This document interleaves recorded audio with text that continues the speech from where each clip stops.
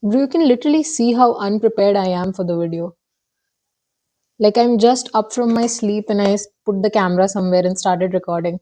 But yeah, this was necessary. One, two, three, four. Hi, I'm V, and I'm a final year medical student. And this is our space, somewhere that I do not make scripts, I do not chase perfection, and I just talk because that's something that I've been working on. That's something that I have been wanting to work on since a really long time. So this year is ending. It has been a bittersweet year for me. Would I want to go through this again? Not really. Am I grateful for the things that happened this year? Well, I have mixed feelings about that as well. You know how, like, it's easy to be grateful about the good things in life. You know, the good things happen and you're happy that they happened. That's not the same with the bad things. It takes time for you to settle that message, for you to even extract the lesson out of the things that happened, and for you to finally make peace with it and say that, okay, I'm grateful this happened and I'm grateful it changed me this way. Because somewhere in your mind, you're like, bro, you could have just told me to act this way and I could have. You just want, God or universe to give you that message and, you can act that way. But well, that's not how things work. Every time you ask for something, if you ask for courage, nobody is going to give you the advice to be courageous. They are go Like, you will have situations in your life where you will have the choice to be courageous, and every time you choose not to act that way, the loop keeps going around in circles. So it is a constant cycle of you breaking through loops, breaking through patterns actually. That said, this year was all about breaking patterns for me, because you reach a point where you are so aware of the loop, but at the same time you're so tired and exhausted that you cannot even imagine going through that circle one more time. So no matter how exhausted you are, you take the lesson, you take it up and you move on. So that's what this has been all about, academically, personally, emotionally, on every level. So now that this year is ending, I have a bittersweet feeling, because normally my New Year rituals, I am not the kind of person who plans about partying or, having fun, spending the night out. To me, New Year is a very sacred thing. Also, because I am an emotionally very vulnerable person, I'm emotionally loud. So around this time, I start to get really nostalgic. I start to remember things that happened around the year, the things I felt, the things I experienced, everything. So usually all my New Year rituals, they revolve around forcing myself to see the good in that year. You know, bring out the specifically good pieces, and even if there's something bad, to extract the message from it and feel like it had a purpose in my life. This year, I don't really have the strength to do all that extracting and learning. So I modified my rituals. One of them is writing a letter to myself. I'll be doing it this year. The reason being that the 2025 me January version and the December version would stand so close and yet so against each other in the ideals and philosophies, because they would be like so different from each other. And it is really astonishing. And now that I am in the middle of, like, I will be entering the middle of my 20s, I actually am well aware of the idea that there will be massive changes in my personality, in the way I look at things or feel things.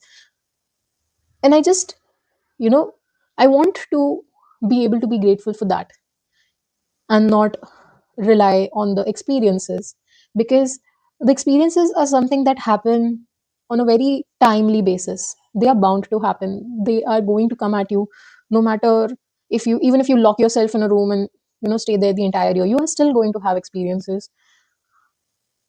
So that is one thing that I'm going to do. Write a letter to myself, which I will be opening in the December of 2026. Because the next year is about a lot of changes, and I want those changes. Next is the vision board.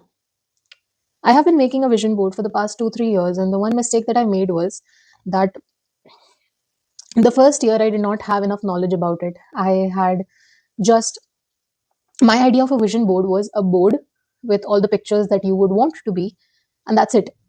And that was wrong. So the next year, I did a little more research and I made a better one, and some of the things did come true on it. The third year, that is last year, I actually fungled. Reason being, I had this great idea of going and making a vision board with my friends, and no doubt it was an amazing time. Like, I had a lot of fun, and the vision board was super pretty. Like, everybody's vision board was very pretty. The one problem was that I was not aligned with my vision board, because in that moment we were so caught up in making it pretty and clicking pictures and having a good time, that I did not even realize what were the kind of things that I was putting in there. So somewhere along the line, I got disconnected from the idea of the vision board. And as a result, some things again did come true and others did not. So this year we're trying a little bit better. We are getting a little more aligned. And the reason we're doing this is not because a vision board is like a wish granting genie. That's not true. But it's about how clearly can you envision yourself in a place and how much confidence do you have in that idea. The more confident you are about that, the more purpose it gives you, and the better you are able to work towards it. So yeah, you can hate me all you want for being that cringe vision board person, but I will never go back from it, because it's a ritual.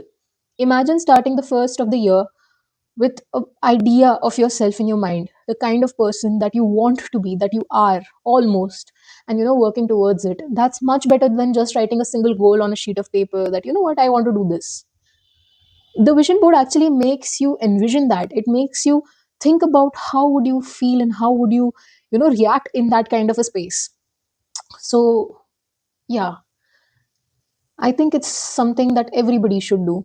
If you are not someone who like this open, and you don't really want people to know that you're making a vision board, try making a digital version of it, and putting it as a wallpaper or just somewhere that you can see it.